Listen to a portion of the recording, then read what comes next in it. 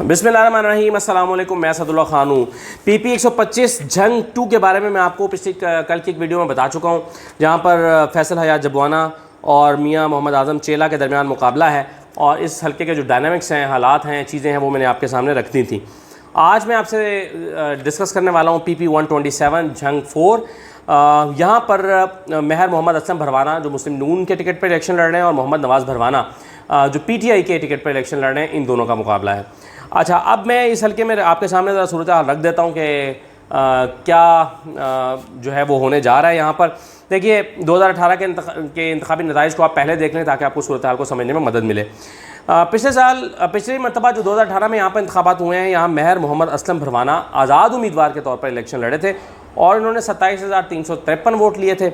और दूसरी तरफ PTI के महर मोहम्मद नवाज़ भरवाना इलेक्शन लड़े थे और उन्होंने 26,765 वोट लिए थे। तो ये कोई 500-600 वोटों के फ़र्क से आज़ाद उम्मीदवार जीत गए थे और PTI यहाँ पर 500-600 वोटों के फ़र्क से हार गई थी। और यहाँ पर मुस्लिम लीग नून के उम्मीदवार मोहम्मद सलीम ताहिर थे, जिन्होंने 1949 वोट लिए थे। गोया नून लीग का यहाँ पर कोई वोट बैंक दिखाई नहीं देता और यहाँ पर एक आज़ाद उम्मीदवार और फिर PTI के जो है वो 26,000 वोट थे। अच्छा, अब अगर आप गौर करें तो बुनियादी तौर पर यहाँ पर भरवाना बरादरी है, उसका काफ़ी वोट बैंक है। तो जो भी भरवाना लड़ेगा वो मुकाबले में आएगा और अगर कोई भरवाना इलेक्शन नहीं लड़ रहा होगा तो शायद वो मुकाबले में उस तरह से ना आ पाए। अब ये जो महर मोहम्मद असलम भरवाना है, ये पिछले इलेक्शन में जो है वो उन्होंने मैदान मारने के बाद पाकिस्तान तहरीक इंसाफ को ज्वाइन किया। आज़ाद जीत कर वो PTI में आए और जब वो PTI में आ गए तो PTI की तरफ से उनको कोऑपरेटिव मिनिस्ट्री मिली, वजारत मिल गई, मगर 1 साल उनकी वजारत से चल सकी। उनके ऊपर कुछ करप्शन के इल्ज़ाम तो कुछ तरह की चीज़ें आई, उनसे ये वजारत वापस ले ली गई। लेकिन उनका शिकवा ये था कि मुझे नाजायज़ तौर पर वजारत से हटाया गया, मैं अभी भी वजारत को डिज़र्व करता था और मेरे ख़िलाफ़ इल्ज़ाम जो है वो जानदार नहीं थे, ये इल्ज़ाम गलत लगाए गए हैं। तो जो है उनके दिल में एक खलिश आ गई और वो PTI से नाराज़ हो गए। और जब जहांगीर तरीन साहब का मामला चला और उनके ग्रुप का फ़ैसला करने का वक्त आया तो ये जो असलम भरवाना साहब थे, ये जाकर जहांगीर तरीन साहब से मिल गए, इन्होंने अपनी पार्टी के ख़िलाफ़ वोट दिया और ये इस तरह से मुनहरिफ हो गए और फिर D सीट हो गए। अच्छा, असलम भरवाना साहब जो हैं ये 4 मरतबा MP रह चुके हैं। इसका मतलब ये हुआ कि काफ़ी तगड़े उम्मीदवार हैं, यहाँ पर पहले लड़ चुके हैं। इनके जो मतलब ये अभी मैंने आपको बताया कि PTI से वज़ीर रह चुके हैं, उससे पहले ये वज़ीर आला शहबाज शरीफ के दौर में उनके मुशीर भी रह चुके हैं। तो ये इस तरह से इनका एक अच्छा खासा जो है वो फैमिली बैकग्राउंड भी है। इनके भाई 3 भाई सियासत में हैं और उनके एक छोटे भाई हैं सुल्तान सिकंदर भरवाना, वो भी MP रह चुके हैं। तो भरवाना फैमिली का ये जो नाम है असलम भरवाना, एक अच्छा खासा सियासी बैकग्राउंड रखते हैं और इन्होंने पिछली मरतबा जीत भी हासिल की थी और इनके सियासी बैकग्राउंड और सियासी कदकाठ की वजह से ही इनको फिर वजारत भी दी गई थी। हालांकि आज़ाद होकर जीत कर आए थे, लेकिन इनको वजारत से नवाजा गया था। इनके मुकाबले में ज़रा दूसरे उम्मीदवार के ऊपर भी आप एक नज़र डालें, जो कि हैं नवाज़ भरवाना। नवाज़ भरवाना ने अगरचे 26,000 वोट लिए थे, लेकिन इसमें समझा यह जाता है कि ज़्यादा वोट जो थे वो पाकिस्तान तहरीक इंसाफ के थे। ये तहरीक इंसाफ का टिकट इनके पास होने की वजह से इनको इतना क्लोज़ मार्जिन मिला, इतने क्लोज़ गए जीतने वाले उम्मीदवार असलम भरवाना के कि वो 500-600 वोटों का फ़र्क रह गया। लेकिन ख़ुद अगर ये देखा जाए तो एक सादा और गैर दिलकश सी शख्सियत है। यानी एक शख्सियत होती है ना जिसका एक अपनी शख्सियत का रोब-दाब होता है, उसका पूरा एक उसको प्रोफाइल होता है, उसका एक पूरा बैकग्राउंड होता है। तो ये नवाज़ भरवाना साहब जो हैं ये उस तरह की शख्सियत नहीं है, बल्कि एक सादा सी शख्सियत है। बल्कि इतनी सादा शख्सियत है कि स्मार्टफोन भी इस्तेमाल नहीं कर सकते।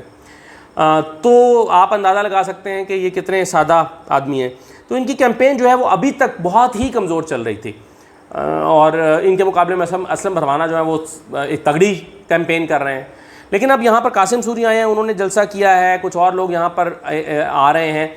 उसके बाद तवक्को की जा रही है कि नवाज़ भरवाना की कैंपेन उठेगी और जो सूरत हाल है तवाज़ुन कुछ बेहतर होगा। लेकिन अभी तक की जो सूरत हाल में इनको अब हरीफ के मुकाबले में ये ज़रा कमज़ोर पोजीशन में नज़र आए हैं।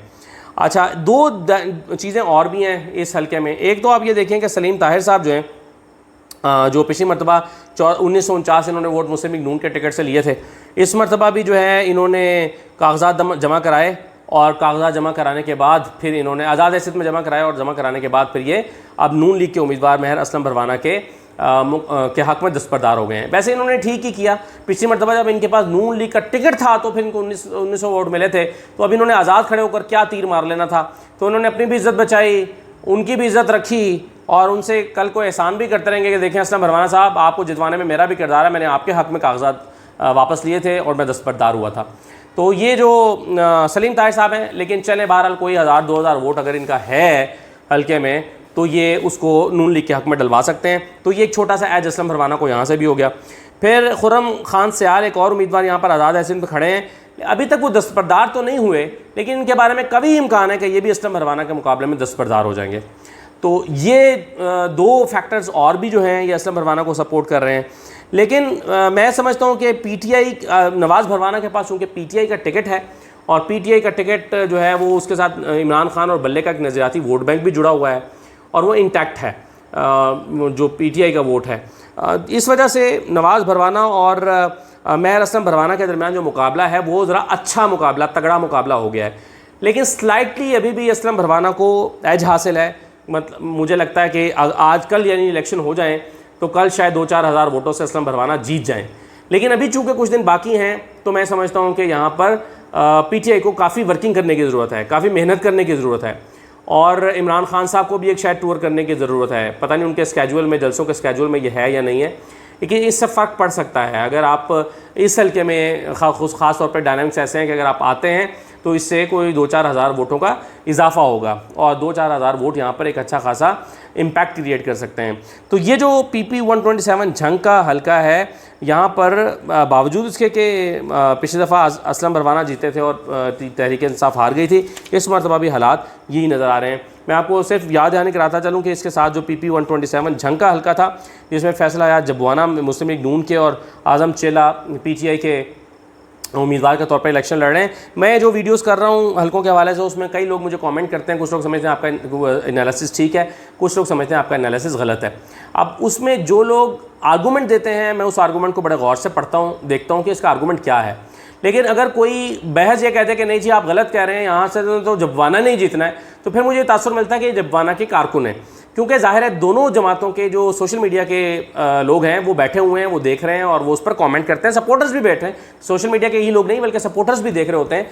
हल्के में काफ़ी लोग देखते हैं कि जी हमारे हल्के की क्या सूरत हाल है, तो वो फिर जो लोग जबवाना को सपोर्ट कर रहे होते हैं वो समझते हैं कि मैं चेला के बारे में जो कुछ कहा है वो गलत है, जबवाना नहीं जीतना है। और जो चेला के सपोर्टर होते हैं वो अगर मैं कह दूँ कि जी जबवाना जीतेंगे तो वो मुझे समझते हैं कि मैं गलत कह रहा हूँ।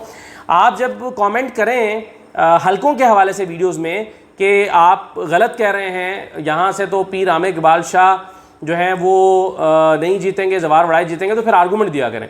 इसी तरह से अगर आप समझते हैं मैं ये समझता हूँ कि फैसलाबाद से अली अफजल शाही जीतेंगे अजमल चीमा के मुकाबले में, और कुछ लोग समझते हैं कि नहीं अजमल चीमा जीतेंगे, तो फिर आप कमेंट में ये बताया करें कि अजमल चीमा क्यों जीतेंगे, उनकी क्या वजह है। आर्गूमेंट आएगा ना कि फ़लाँ धड़ा मिल गया है, उन्होंने अब इतनी तरक्याती स्कीमें कर दी हैं, या अब जो है वो पिछले चंद दिन के अंदर अंदर ये हुआ है कि उनको नून लीग के जो है वो एक फ़लाँ आज़ाद तबस्सुम ने भी अब सपोर्ट करना शुरू कर दिया है। तो ये आर्गूमेंट दें ताकि चीज़ें बिल्ट हों। अभी जो भी हम एनालिसिस दे रहे हैं ये हतमी नहीं है, ये आज तक की तारीख के मुताबिक है, लेकिन जब आप अपनी राय का इजहार करेंगे और आर्गूमेंट बिल्ड करेंगे तो जाहिर है उसमें राय तब्दील की जा सकती है और राय तब्दील कई हल्कों पे होगी।